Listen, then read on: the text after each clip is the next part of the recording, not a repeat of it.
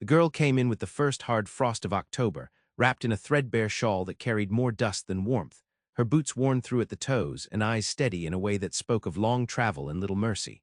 Sheriff Elijah Rourke saw her before she saw him, standing behind the frosted window of his office, mug of stale coffee clutched in one hand, watching the stage roll in through wind-blown sycamore leaves.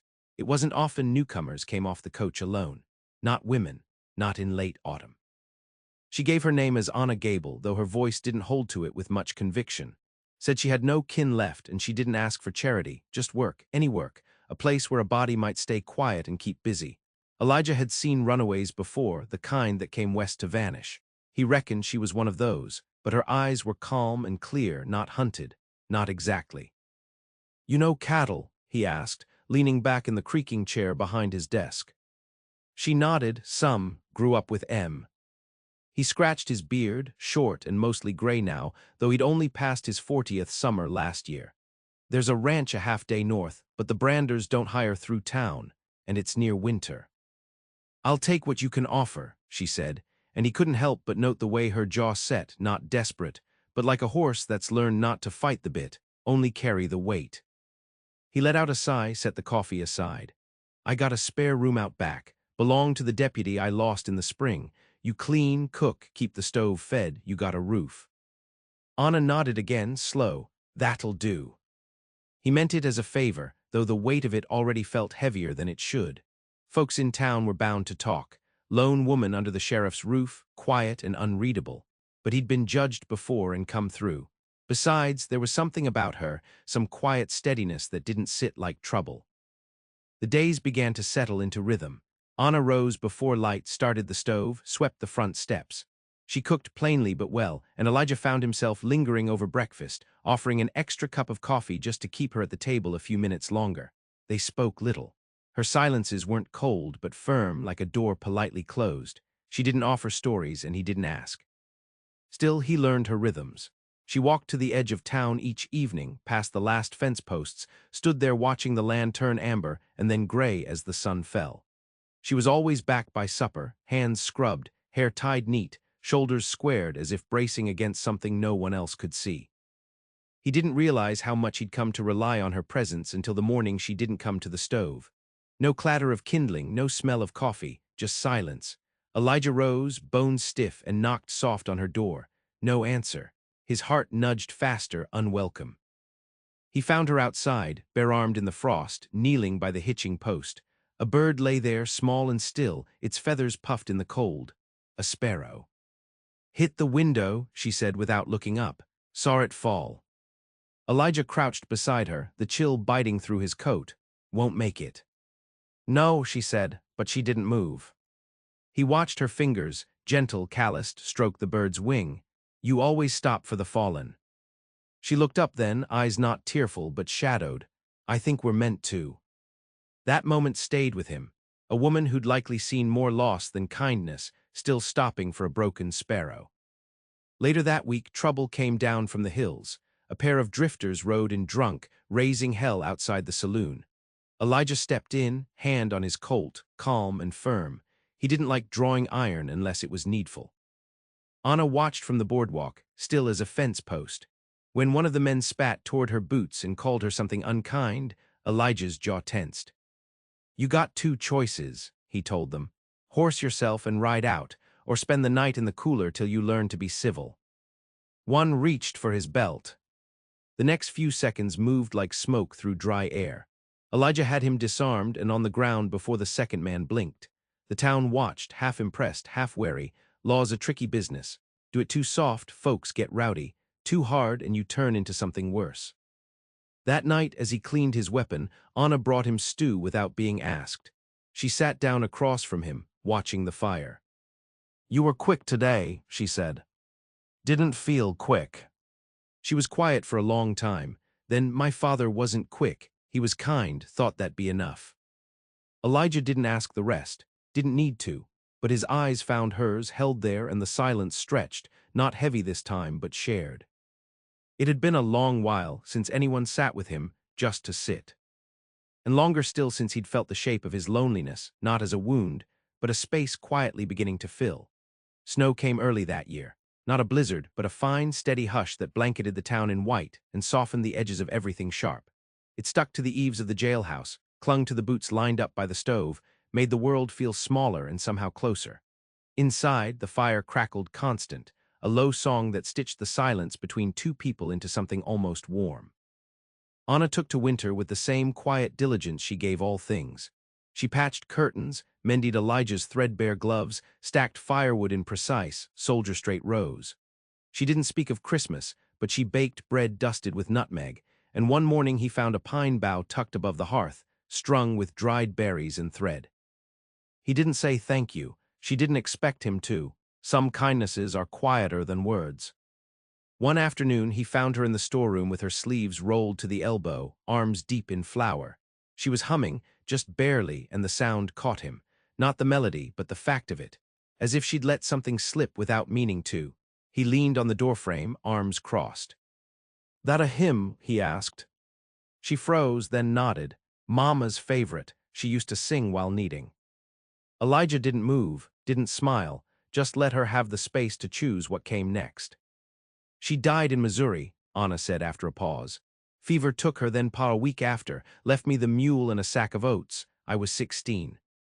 Elijah didn't say sorry. He'd buried enough folk to know the word meant little and carried less. "You traveled far alone." She met his eyes. That was the easy part. There was no need to ask what wasn't said. He could see it in the way she flinched at sudden noise, the way she didn't turn her back to doors. Whatever came after Missouri had taught her caution the way, whether teaches a seed to root deep or die. That night Elijah lay awake in his bunk, the fire in the next room casting soft shadows against the wall. He listened to the wind whistle through the cracks in the siding, thought of the way her voice had sounded in that storeroom, light but steady. He hadn't known how empty the jailhouse had felt until she filled it with something like home. When a sickness spread through town, winter cough, mostly, Anna walked through it with calm purpose. She brewed broth, wrapped scarves, sat with the old man in room 3 of the boarding house until his fever broke. Folks who'd whispered at first now tipped their hats, grateful. Still, she kept close to the jailhouse, like it was a boundary line drawn firm against whatever life she'd left behind. Then came the letter. Elijah found it wedged beneath the door, hand-delivered but unsigned. Just a name on the front, Anna Gable. He didn't open it, but the handwriting was unfamiliar and the postmark was from Abilene. He gave it to her over supper. She looked at it, unmoving, then slid it into her apron pocket without a word. He waited 2 days before he asked, "You going to answer it?" She didn't look up from the mending. "No." "You know who it's from?" She nodded. He didn't press, but it stayed with him, that quiet refusal. A ghost knocking on her past and her choosing to leave it outside in the snow. Weeks passed and the weather turned brittle. Ice rimmed the pump handle, and the town held its breath between storms. One night, Elijah returned late from a ride to the East Ridge. Someone's stock had broken loose, and found Anna outside, face tipped toward the stars, bare hands clasped in front of her like a prayer. "Cold," he said softly. She nodded, needed air. He took off his gloves and handed them to her. "You're not meant to carry it all alone." She didn't put them on, just held them, her fingers brushing the worn leather like it might tell her something. "You're kind," she said finally, "but kindness can be heavy too." He took a step closer, "Then we carry it together." For a long moment she didn't answer, but when she turned her eyes met his, not guarded, not strong, just tired and trusting. That night she didn't hum, but she sat with him long after the fire died down, and when he rose to lock the door, she reached out, fingers catching his sleeve. "Not pulling.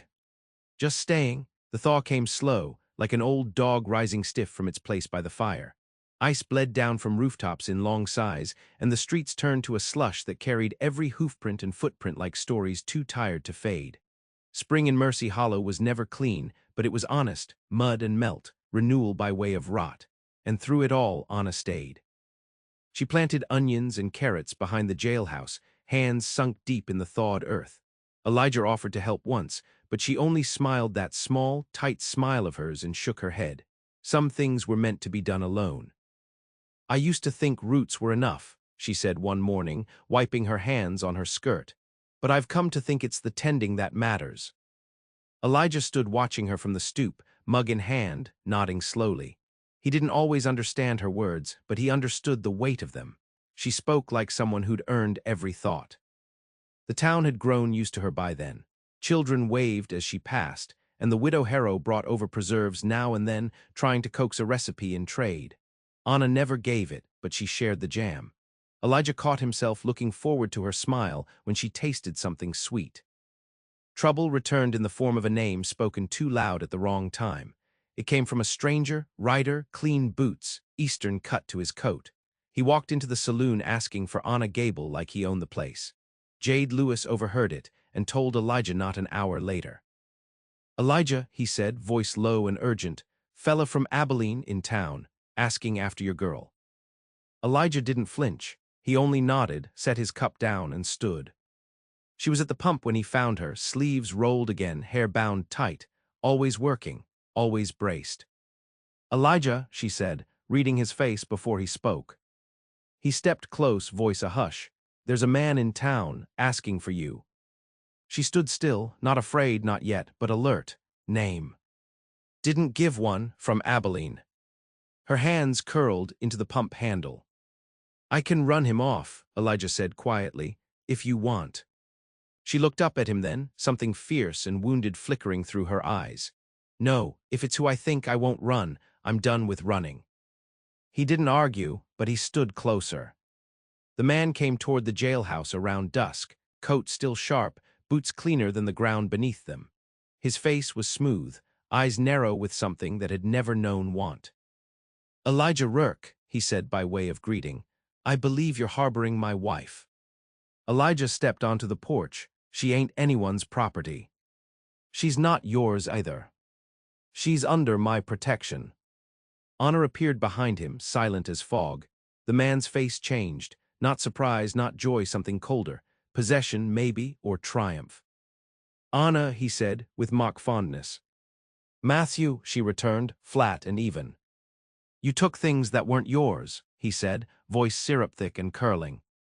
Her jaw clenched. "I took myself." The town wasn't large, and silence has a way of spreading. By the next morning, most knew what they weren't supposed to know, that the girl with quiet eyes had left a husband behind, that the sheriff had chosen her side. Matthew didn't leave. He rented a room and made talk in whispers enough to stir. Elijah knew the type, rich man's son, not used to losing.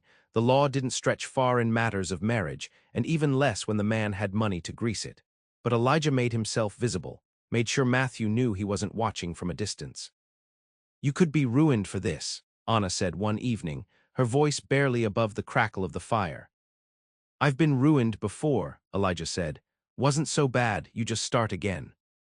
She looked at him like she was trying to memorize him. Then, quietly, he used to say the same, before he hit. Elijah's breath caught, but he said nothing, just placed his hand near hers on the table, not touching, let her choose. She didn't move away. When Matthew finally pushed, cornered Anna by the post office, tried to grab her arm, it was Elijah who pulled him off.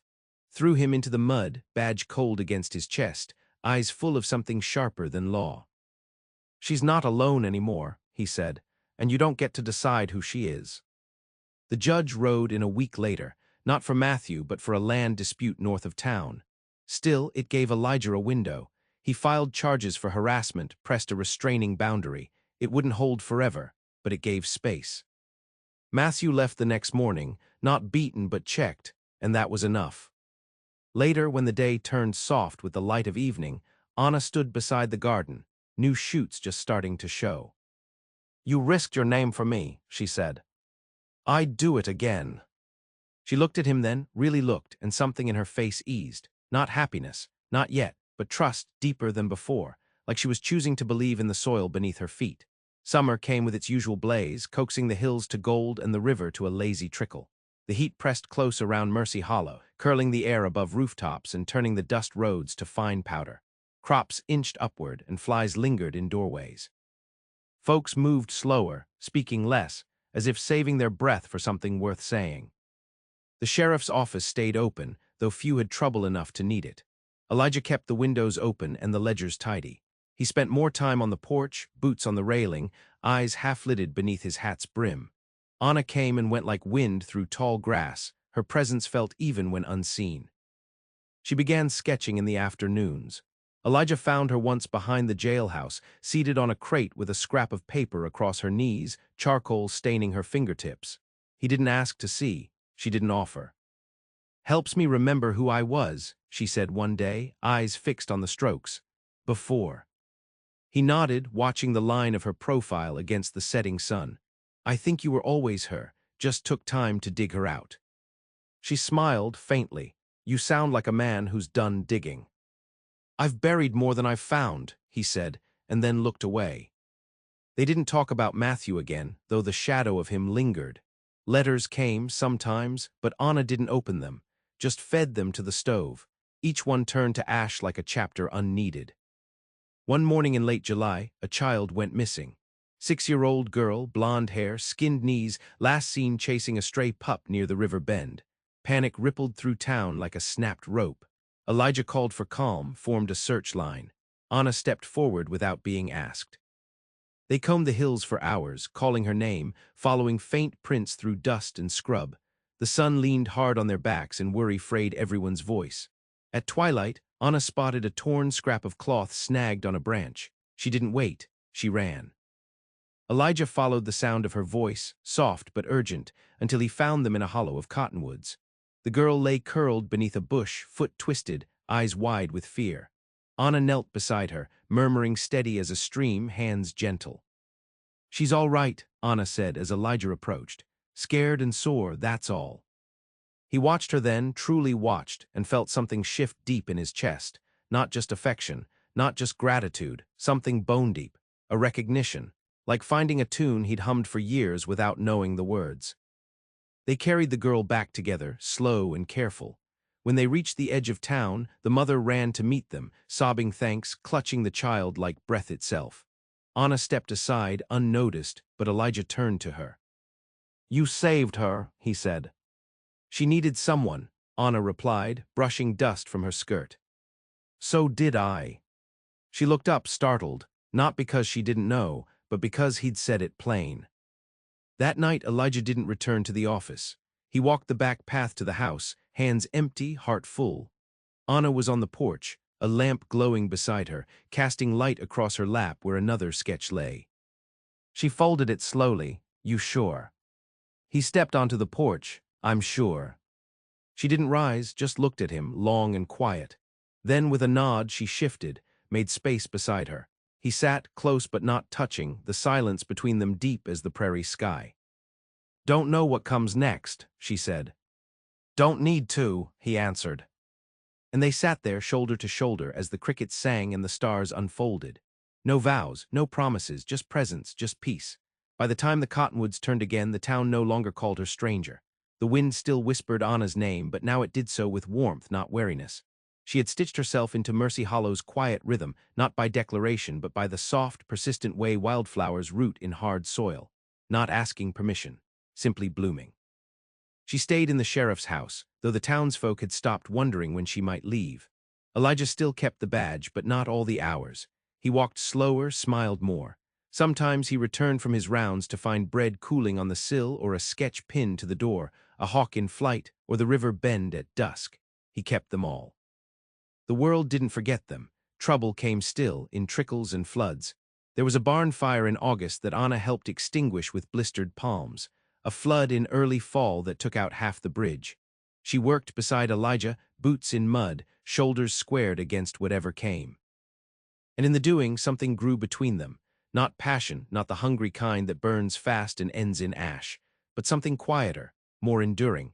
A steadiness that had its own language, passing the coffee cup before it was asked for, finishing one another's chores without notice. They moved like they'd been cut from the same cloth and worn it thin with time. It was Widow Harrow who brought it up first, in that way only old women can, blunt, half accusatory, wholly curious. "Girl," she said, adjusting her bonnet, "is that sheriff of yours ever going to ask you proper?" Anna had blinked, stunned more by the presumption than the possibility. "He's not mine," she'd said. But the words tasted false, even as she said them. That night, Elijah found her watching the sky from the steps, arms wrapped around her knees. He sat beside her without a word, the air thick with the scent of coming rain. "I told the widow you weren't mine," she said, voice low. He nodded, "You're not." She looked at him then, brows drawn. "You're your own, always were. That's the part I fell for." She stared a moment longer, then leaned her shoulder against his, head bowed slightly. "I'm tired of waiting," she said, softer than breath. He took her hand, work-worn and strong. "Then don't." They married that winter under no arch with no crowd, just the preacher, the snow, and the quiet hum of something long-awaited finally arriving. She wore no veil, he wore no gun, just wool and warmth and the weight of belonging. Life didn't turn perfect, but it turned honest. They argued sometimes, about wood piles or when to plant, about leaving boots too close to the door, but the arguments ended the way storms do, clearing the air, not breaking it. Anna taught herself to read better. Elijah stopped pretending he liked dried beans. They grew squash and sometimes laughter. She never bore children, but the town's children found her anyway, tracking mud through the jailhouse, asking questions, bringing her wildflowers. One girl, red-haired and whip-smart, started calling her Miss Anna and refused to stop. Years passed that way. The house weathered storms, and so did they. On the 10th anniversary of the day she arrived, Elijah found her sitting on the same step where she'd once watched the stars alone. He joined her, slow with the ache in his knees, and passed her a cup of coffee. "You remember the bird?" he asked. She smiled, "The sparrow. You said we're meant to stop for the fallen." "I still believe that." He took her hand again, just like that night. Her fingers were colder now, thinner, but they held. "I reckon I fell a little myself," he said. She looked out at the fields, gold and full. "We both did," she said, "but we stood up together." And so they sat as the morning warmed around them, the land unfolding its light, the world still turning, but slower now, gentler. And Mercy Hollow, that quiet pocket of grit and grace, held them both.